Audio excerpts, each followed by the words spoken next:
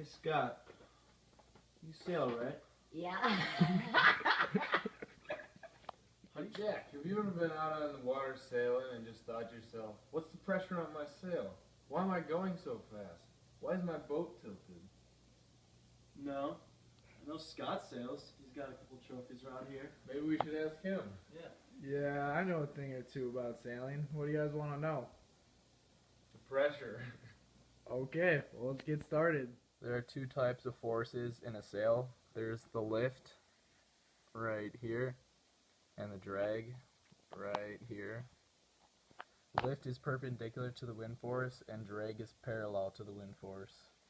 As you can tell by this diagram, the wind comes in, drag is parallel, lift is perpendicular. Stop it. The next demonstration we're going to do is similar to the sail.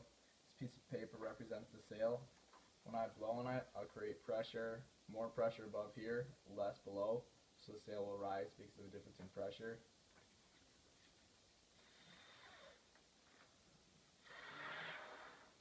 Like that, and that's how a sail works.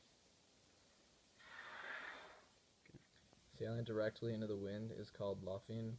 The sail does not inflate with air, therefore no lift force is created. The lift force propels the boat forward. The only force acting on the boat is drag, so the boat moves backwards while the sail is luffing. This right here represents the direction of the wind. As you can see, no wind fills the sail, so there's no lift force being created. The drag force, which is perpendicular to the wind, makes the boat drift backwards like this. And luffing is very slow, as you can see, because you don't move. The only time you want to do it is at a starting line position. Okay. The wind is coming from this direction, so drag is in this direction right here. Lift is in this direction right here. The goal of a sailboat race is to get from the starting line to the buoys by sailing the lifted tacks. Right now, he's on a lift. He's sailing as close as he can.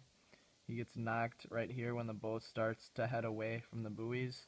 That means the drag force has been greater than lift force. So he tacks to stay on another lift. And then he'd get knocked right here again because some higher pressure. So then he tacks again, sails another knock. Keeps doing this until he sails all the way up the lake. And then going downwind, the same rules also apply with your sails let out.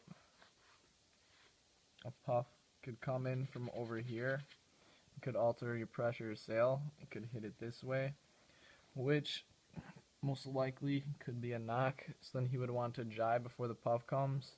So then he changes his direction here, lets his sail out. The puff will hit, and he will get a burst of speed going down, and he will accelerate.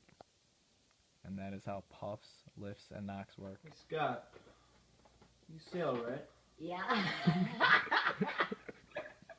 How do you start a sailboat in a sailboat race?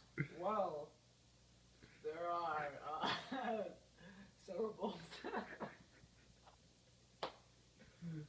Oh, God. Scott, how do you start a sailboat in a sailboat race? Well, there are several sailboats lined up between a buoy and a boat. You go to the starting line and you start luffing. And there's a 5-minute sequence. And after 5 minutes, you start the race. You pull your sail in and start upwind.